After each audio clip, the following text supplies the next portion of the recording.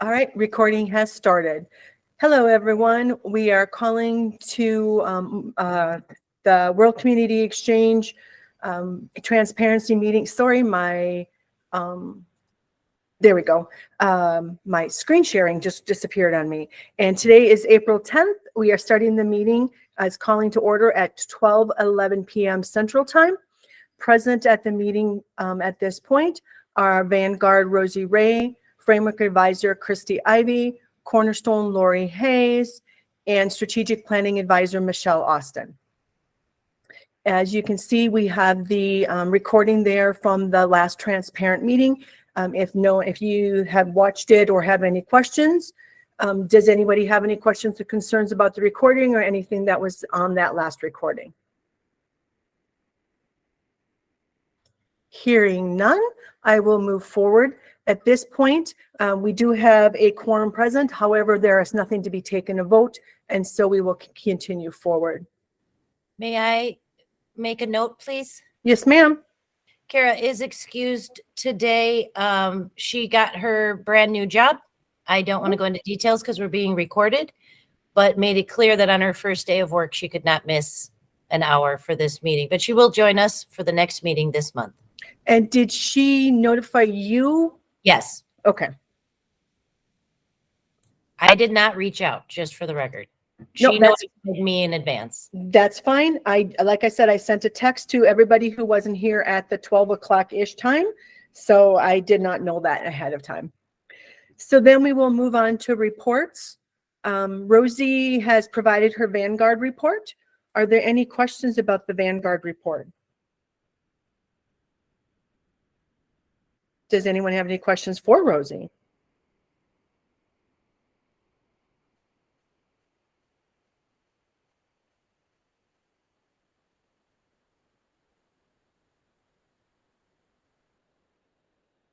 All right, then if there are no questions, we're going to move on to the Framework Advisor report. Does anyone have any questions or concerns for Christy?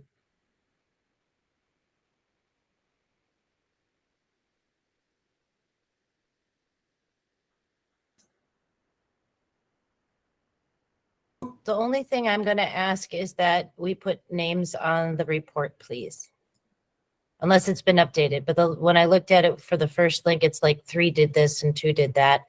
And for my edification, I'd like to be able to talk to the folks that are struggling.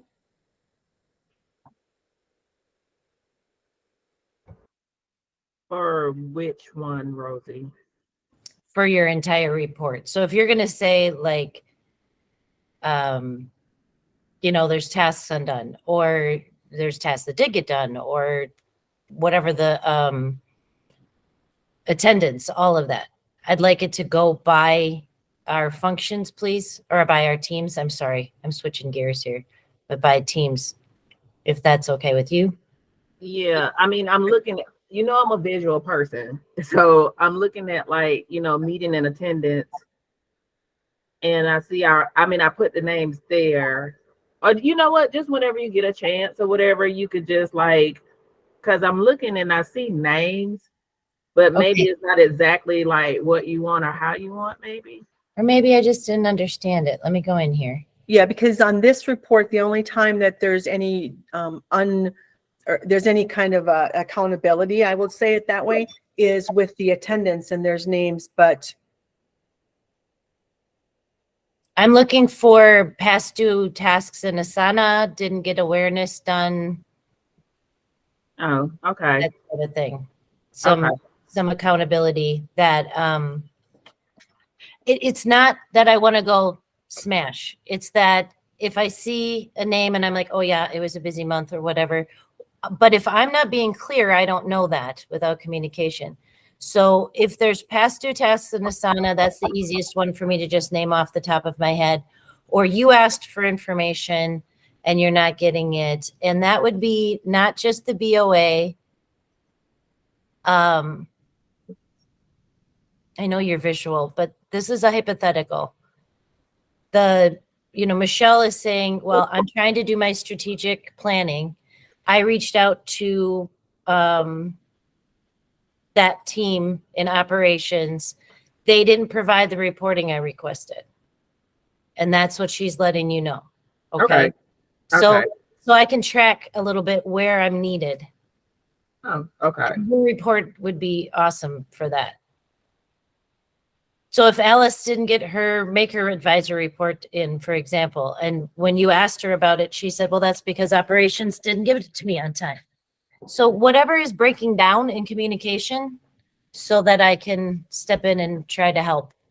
We are at this point really working on our processes.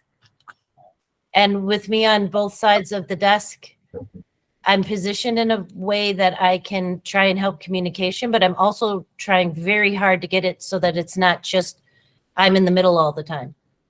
And I don't know which folks are really able to reach out and which aren't, and who knows what. So any of that kind of noting by name would be great. And again, I want to say on the record, it's not to be critical. It's to try and help improve the process.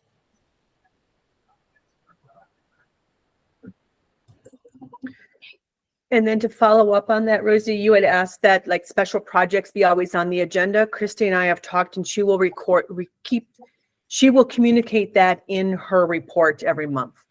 That's brilliant.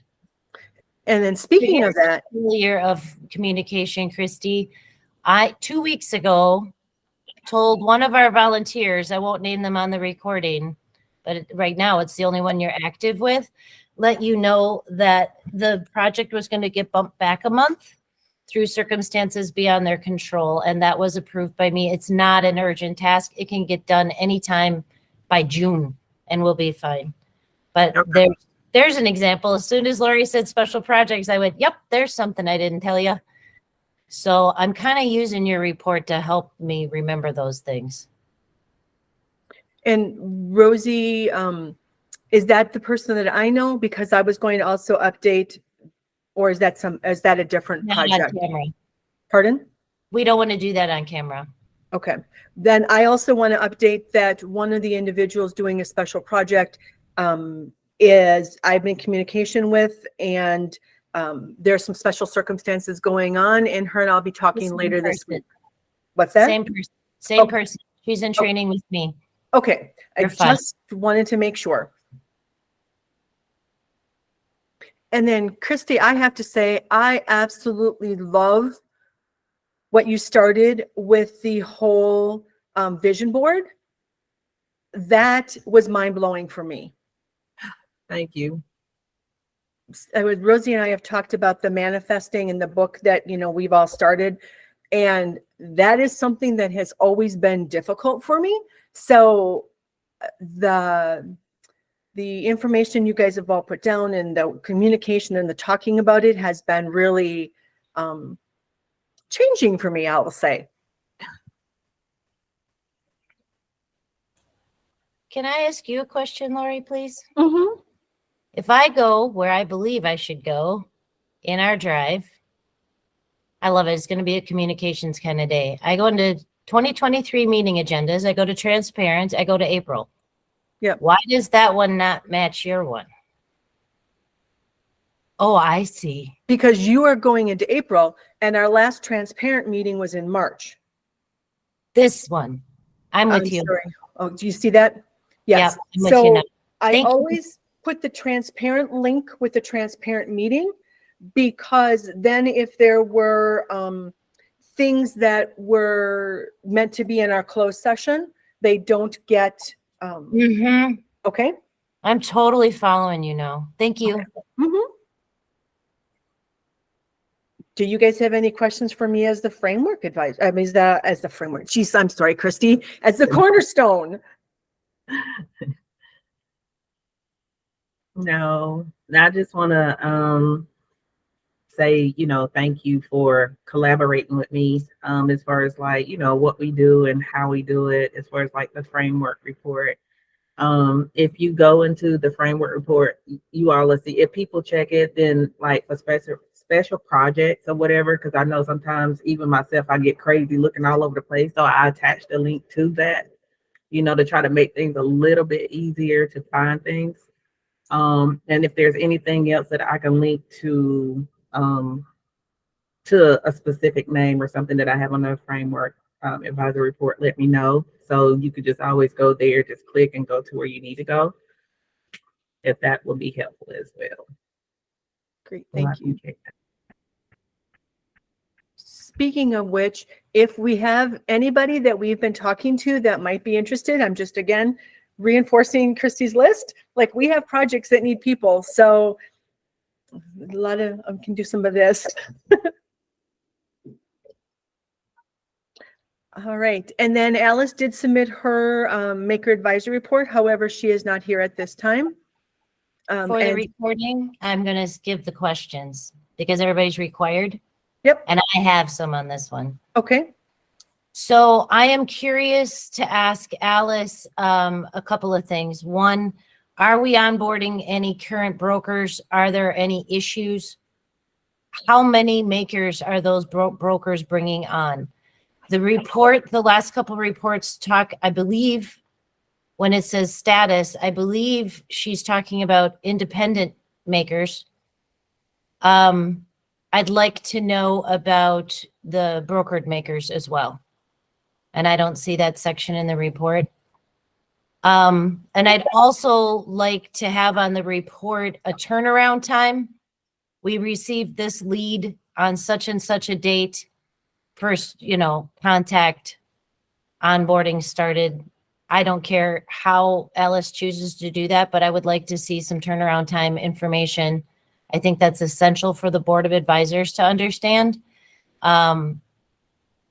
Especially since in the introduction section, it says 7 more makers, but it doesn't say who. And I don't think it should have to say who for the Board of Advisors.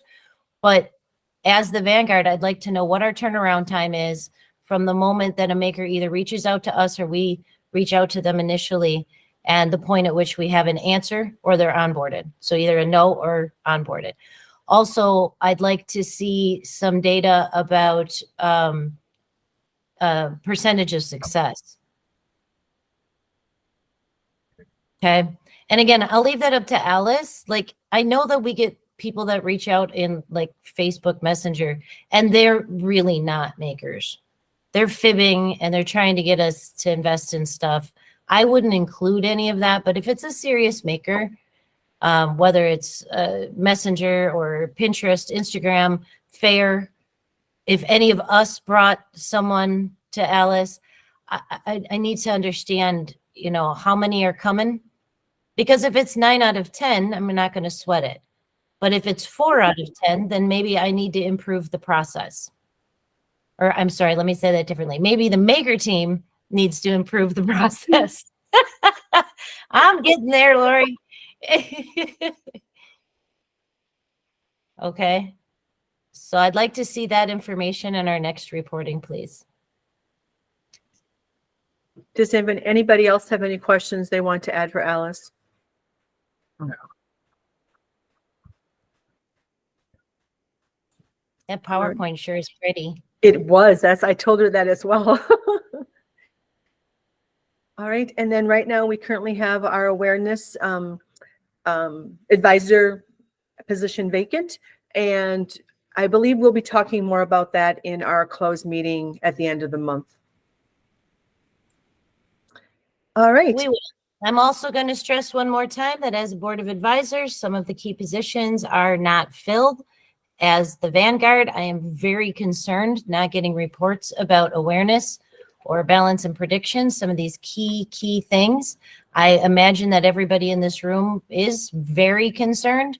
It's very hard to do our job as a board without those key components of information. So I'd like to see at least one suggestion from everybody Board of Advisor that for someone that may be able and willing to take over those reporting functions, those responsibilities. Because I can imagine it is, everybody in this room right now are all financially, what should I say, astute or concerned. Anyway, we're all detail people here right now, and we're not getting details on 2 of the biggest things that impact WCE. So over the next 2 weeks before the next meeting, please bring at least one person to a conversation. If they're good to go, the process is as follows. Let Christy know, get a resume in there. We'll have them scheduled in to have an introduction during the closed session 2 weeks from now, so that they don't feel like they're public in an interview getting recorded, right? And we'll get them on the agenda for 2 weeks from now. We And then- also want anybody you're talking to, also please try to send them the copy of the expectations. So it is not, Christy, do it so that we know for sure that it's in or out. So whoever we have, bring them to Christy. Christy and I will work together to get them the expectation so that we don't, Michelle did, but I forgot or whatever. So we'll all go through Christy. For that, it's a great point, Lori. We definitely need to get them the expectations, which is in the file, Christy, but I can also send it to you on email from the DocuSign, including meeting dates. yep. And that's one thing, whenever I talk to people, I have been giving them that, because for some people, they're like really excited by the concept. And then they're like, ooh, I didn't know what I was getting into. And so I don't like to set people up for false expectations from both of our sides. So I agree. It's also that we need to have a conversation. That's part of the reason we'll go through Christy, because I think that looks like more than it is. Truthfully. Part of the problem is they don't understand when they read the expectations that there's an operational team giving them the raw data. For example, the awareness advisor report would be based on reports that are pulled for them from the operational team, from Shopify and Facebook. Now that they still have to report. They still have to understand it. So a background is in the industry is fantastic. If not, I mean, we can certainly teach to that, but the report is ultimately their responsibility. However, we're not talking about a 10-hour day pulling all the reports either. Which is great because we just had this recorded, so that's helpful.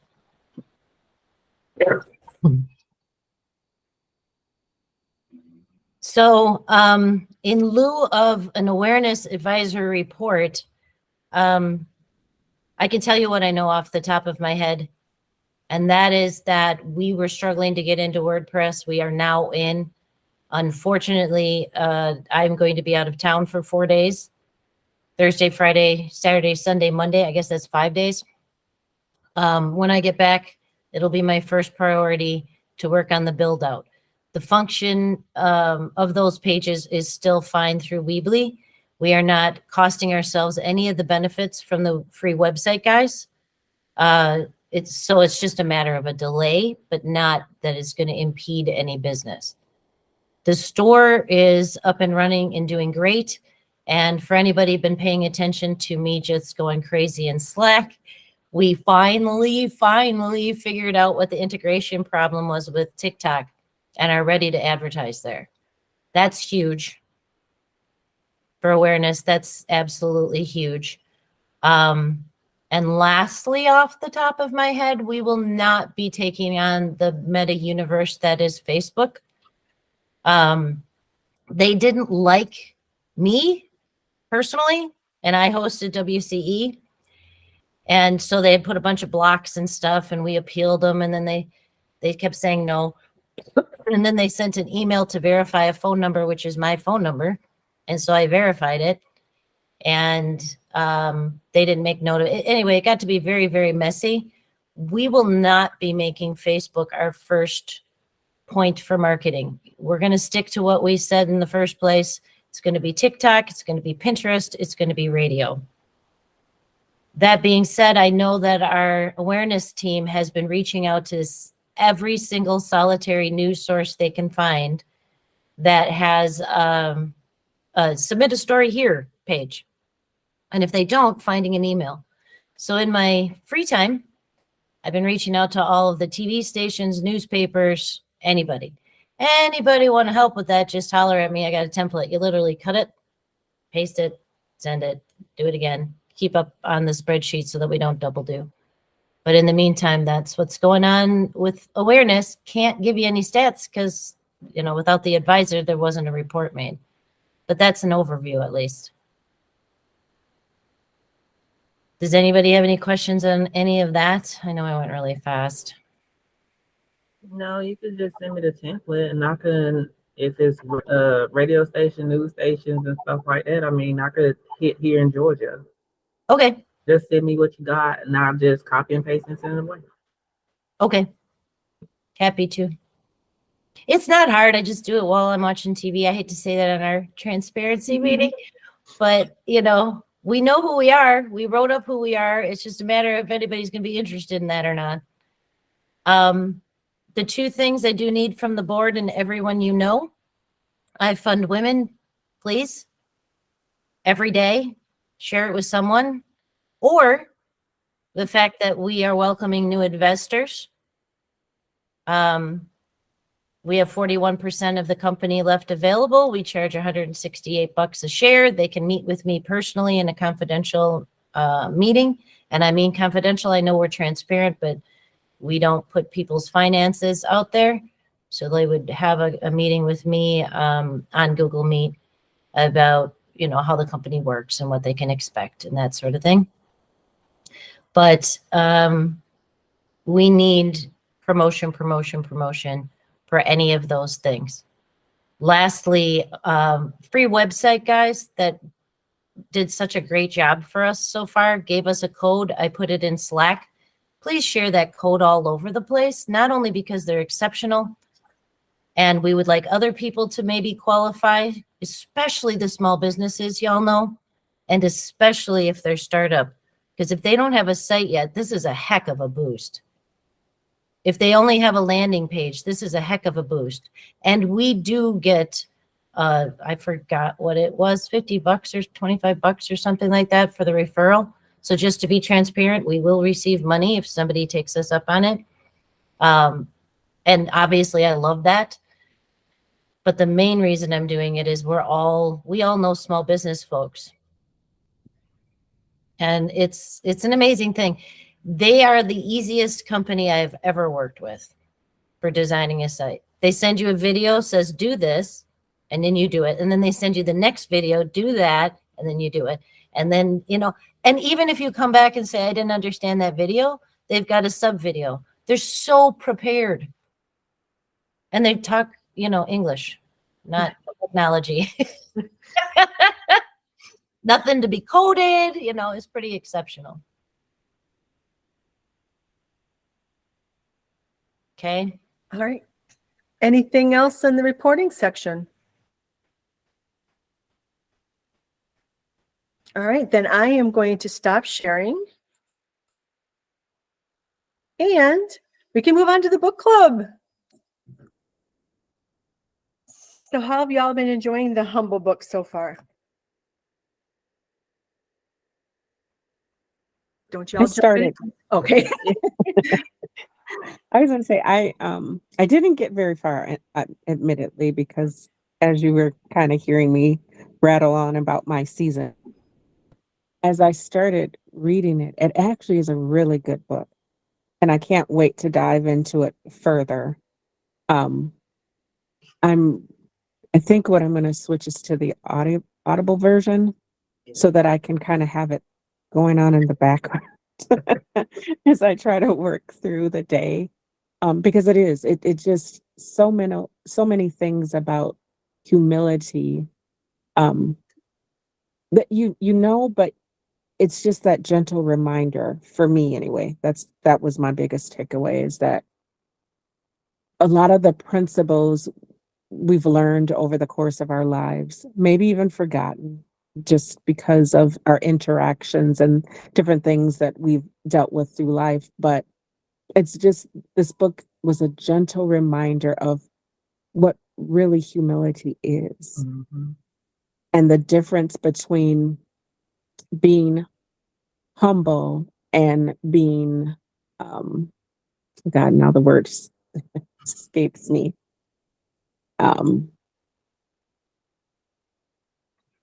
Oh gosh, I can't think of my word. Come back to me. I forgot it just that quick.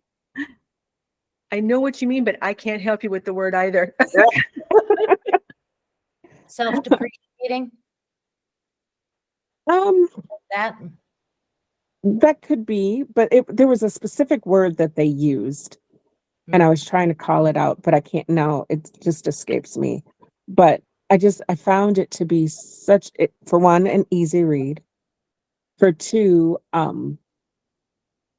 it was refreshing for me to read something that is I'm gonna have to use the word humble yet enlightening. Was it pride? Well, but that is a word that I would use, but that wasn't the word that they used. I'll have to come back to the word. It'll come to me. But again, from what I read so far, I'm enjoying it, and I can't wait to get through many more chapters of it. It's a good book. That's Well, all I I'll go next. Let me tell you what. Well, we're not recording, right? Yes, we are. Oh, well, never mind. Let me stop it. Well, I'm not gonna say that. But me, I jumped to May and started in May, and I'm like, wait a minute, we're not there. We're here in the humble. But let me tell you something. When I got started in it, I thought about this person I used to work for. Like it's the whole humility and humble and this is where I'm getting with it at, because when I would talk to him about certain situations, hey, let's try this, let's try that, I know my job and yada yada yada, like, oh, okay, well, hold on, I'm just putting some ideas and stuff out here. Well, needless to say, we worked closely together, but it was certain things he didn't want to admit that he had a shortcoming, right? And so, and I used to tell him, I said, something is going to knock you on your behind to humble you for you to see, that you got to look at it from other angles. However, he was a higher up position. I'm trying to clean this up so I'm not, just in case. So he's in a higher up position. So he kept wanting for a position. I know I'm the man. I know I can do this. I knocked it out the box or whatever, but they did not choose him. oh, He was not chosen.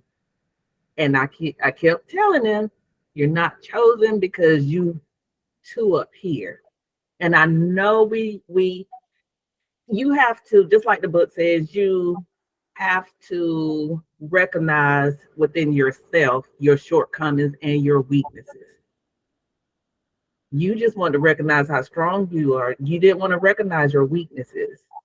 And I told him, I said, until you do that, until you get knocked into a situation where you have to come back down to where we at and see what we go through, I said, I bet you the next time when you go up for another position, you're going to be just a little bit humble, and you're not going to have your chest all puffed out like, I got this. So needless to say, he called me back a couple of months later and said, Ivy, he said, what you told me was right.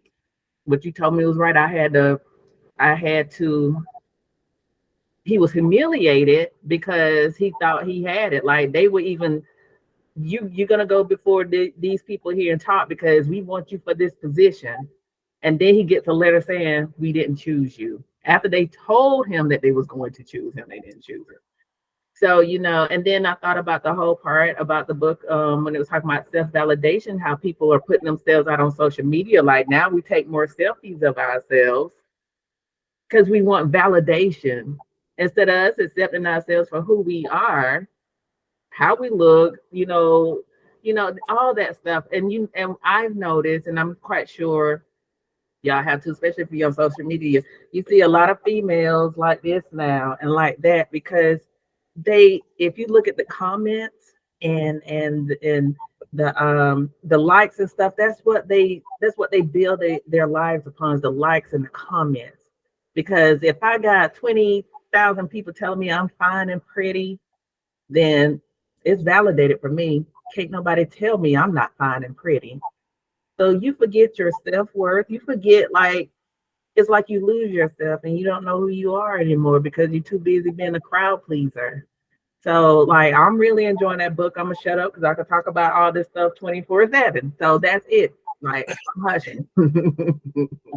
But you got to be real with yourself when you have, like, instead of me accepting that I'm pretty enough to be pretty to myself, I haven't accepted that. So I just got to reach out and get validation from other folks. And you got to live with your own humility in order to grow. So, zip it. Rosie? Yeah, you go.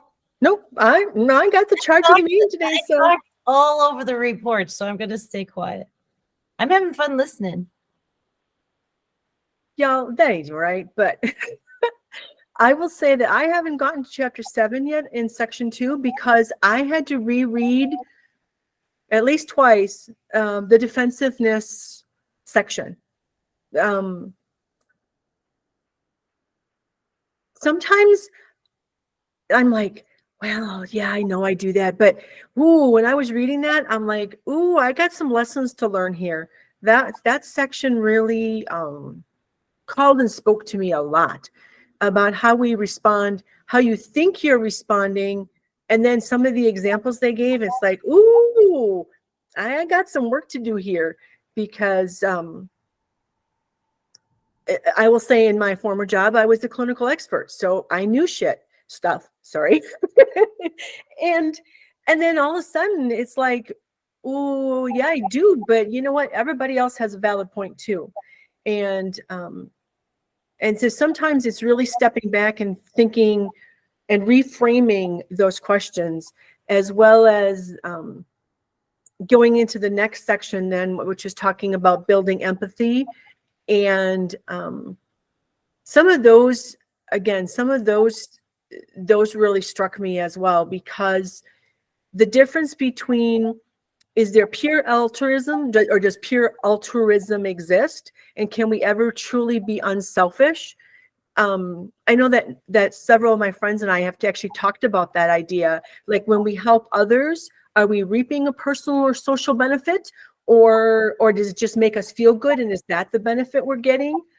And does somehow like doing something for others help us just feel better? So therefore, are we doing it because we're helping that other person, or because we again are gaining something for it? And then in that same vein, they talked about the nagging threads of moral hypocrisy obstructing our motivation to be moral.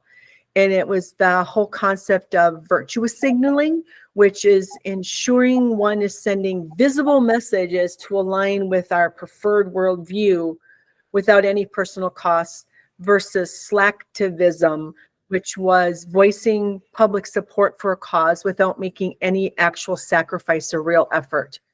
And that one really struck me as well, because you think about how many times I get on my personal high horse of, and it's like, well, okay, I just blathered all over everybody, but what am I actually going to do? What is my next step going forward to actually make that a reality, a real thing, or at least something that has a cost or a pull for me? I don't know if that's the right words, but yeah, this first couple chapters, I was like, oh, okay, I'm reading, and it's kind of a little bit, I don't want to say highbrow, that's not the right word.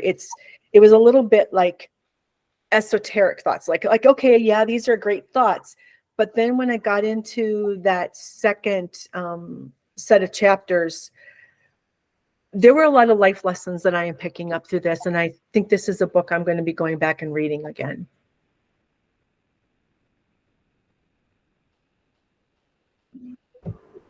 It might be a few Christmas gifts this year too.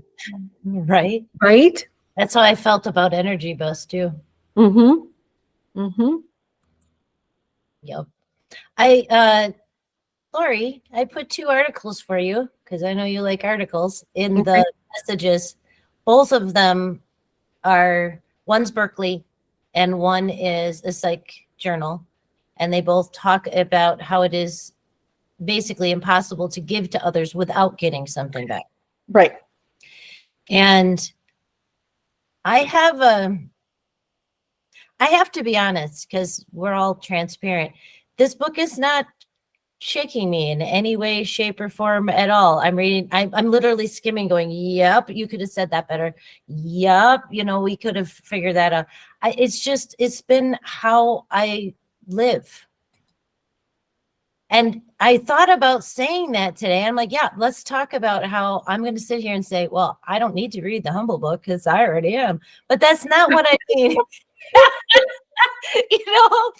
But I really, honestly, on a fundamental level, believe that I am nothing special and I am very valuable, if that makes sense. And it doesn't to a lot of people. So I think the thing I like about the book is that it helps explain that, because I've met so many people that are trying so hard to be humble that they're literally battering themselves. I'm like, hon, that's not humility. That's I don't know what that is. It's self-abuse is what it is. And then you've got the people like Christy was talking about going, well, I'm humble, dang it, I'm just right. But I have been recommending this book, however, to a great number of my people of a certain age and gender and ideology. And I have to tell you, I've been in a lot of conversations here lately with very angry people, because either I gave them the book or I gave them part of the book. And I'm realizing more and more and more that for some of these folks, to be humble is to be vulnerable in an unnatural way. I am struggling how to say that. Not vulnerable like, I love you, you love me, you're my partner, I want to be vulnerable. But like, if we keep telling you, Rosie, if you keep loving the whole world, you're just going to get killed. If you just keep this up. And I mean, I've been hearing this for 54 years. And I keep saying every year, well, not this year, I guess. They're not going to all kill me this year, I guess. But that's because nobody cares. There is nobody cares if I'm here or not. There's a few people that would be sad for a little bit. But the truth of the matter is what I put out there lives much longer than this meat box is ever going to do, or even the memory of this meat box is ever going to do. And when I try to explain, I'm like, that's why I'm free. I'm free every day because I don't give a shit. And I know I keep contradicting myself, but I love the whole world, but I don't give a shit. But that's the truth. I care about everybody, every single solitary one, even the people that I know would call themselves my enemies, fine. But that doesn't mean I question I don't get my validity from whether I've convinced them I'm amazing or not. I know I'm amazing. Screw that. You know what I mean? You don't want to see it. That's fine. So my job every day, to me, is to make sure everybody else around me knows they're amazing. Because they are. Does that make sense? But I'm finding that if you're a Midwestern, white, male, especially my country folk friends, they are resisting these lessons badly. And I don't, again, because the way I live, I don't go, well, you're wrong, read the book. I've been asking, I'm like, why though? Why do you have to be right? Why do you have to interrupt? Why do you have to? And to a person, it's fear. They're raised, you have to be the rightest. You have to be the strongest. You have to be the most powerful, or someone's going to hurt you. They're going to hurt you physically. They're going to hurt you financially. They're going to take away your family. They're going to take away your position. And I think the book is fantastic, but it is not situated anywhere where that can be impactful. That's my one criticism of the book. If all of us just said, oh yeah, I'm going to follow this book and be humble, it could be harmful. Yeah. I'm The not doing society that. you're in, it could be harmful to you. How many times I have been called in because a woman was in trouble from a male threat. Sorry, but this is how it goes. Domestic violence. And they call me, and they're like, cause dude, you're not a real girl. You can do this, and okay, non-binary, got it. But it does, in some situations, if you don't pretend to be the grovelly humble, that word I can't find, that Michelle can't find, that, you know what I mean? That, yeah, people are hitting you. So what is that?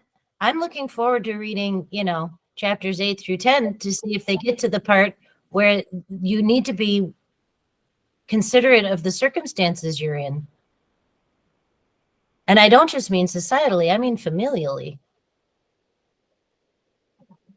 Maybe I'm making too big of an assumption here, but I think most of the people in this room either do identify or have been forced to identify as a woman at some point.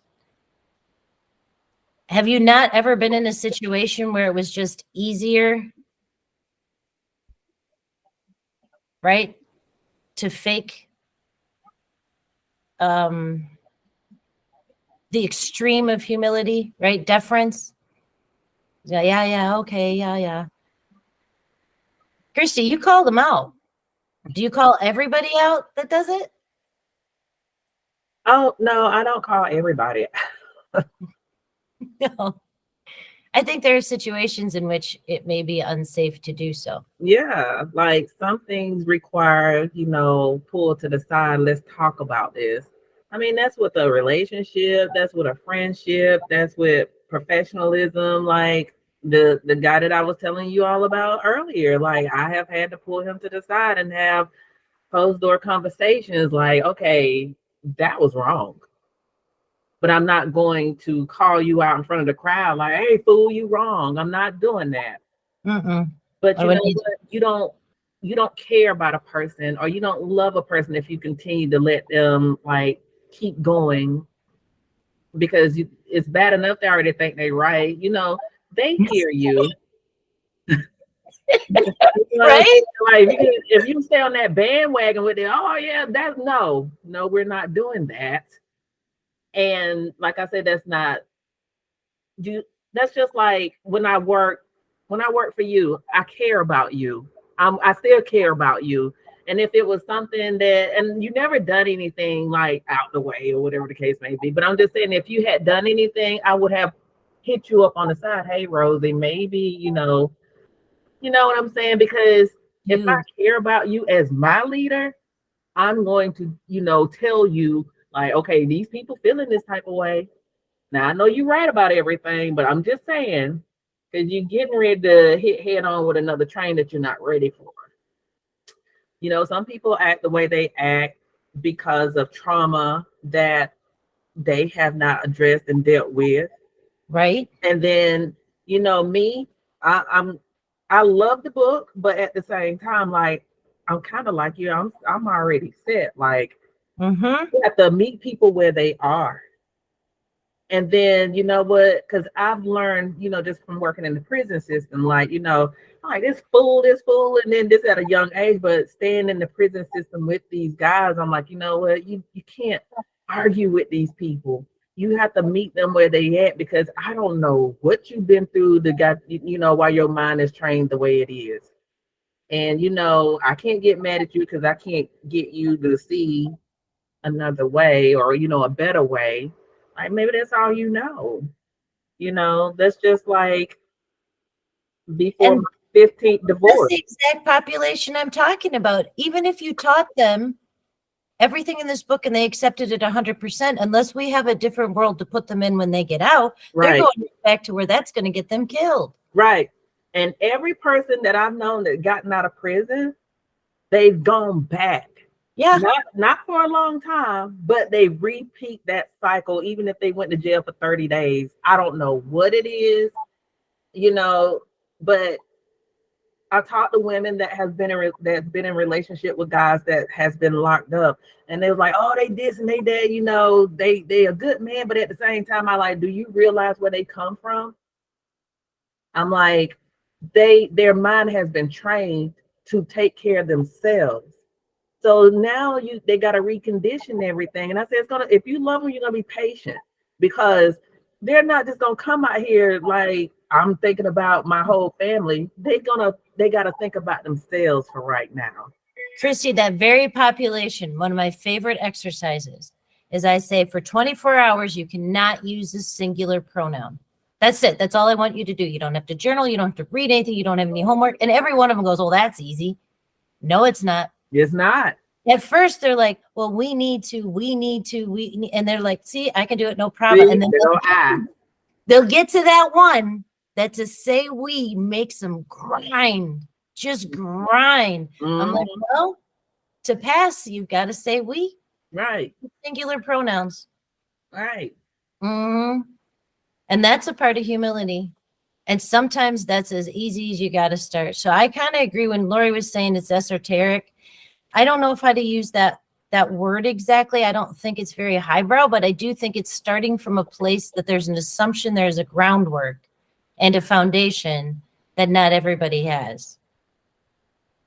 I feel like I needed a part 1 to this book, like a prequel or something, if we're going to use it in any way. Now, if we're just using it for ourselves, great. I think we're all at that level.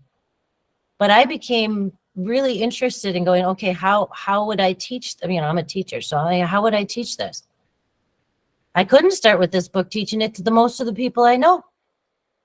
It would be offensive. Maybe. And on top of that, I'm in a part of the world where out humbling each other is something they do. Missouri Synod Lutheran, where I was raised, everybody tried to prove how humble they were. Now, what do you do with that now?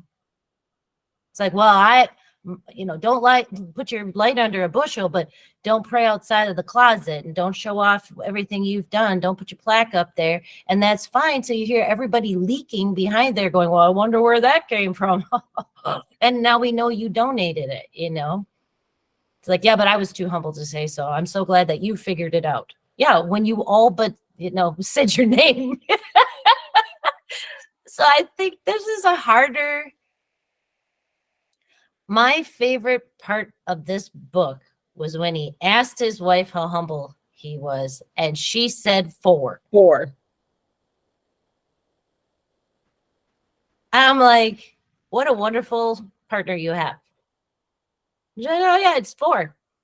And he's mad when he took her for granted all day long. That's the point I started trusting this author. They didn't have to put that in there. They could still be the reigning expert on humility. Oh, I just wrecked it for Michelle. I'm sorry. I forgot you didn't get that far. I'm sorry. Spoiler alert. That's okay. No, that's okay. Yeah. You don't wreck it. I read it and formulate my own opinions based on what I'm reading. So, but that's a funny part of the book, and I'm glad they included it, if you know what I mean. But I have to be honest, I've been reading this book going, this is probably not the best choice for the Board of Advisors at WCE. If there was ever a humble group of people that had the balance of the confidence,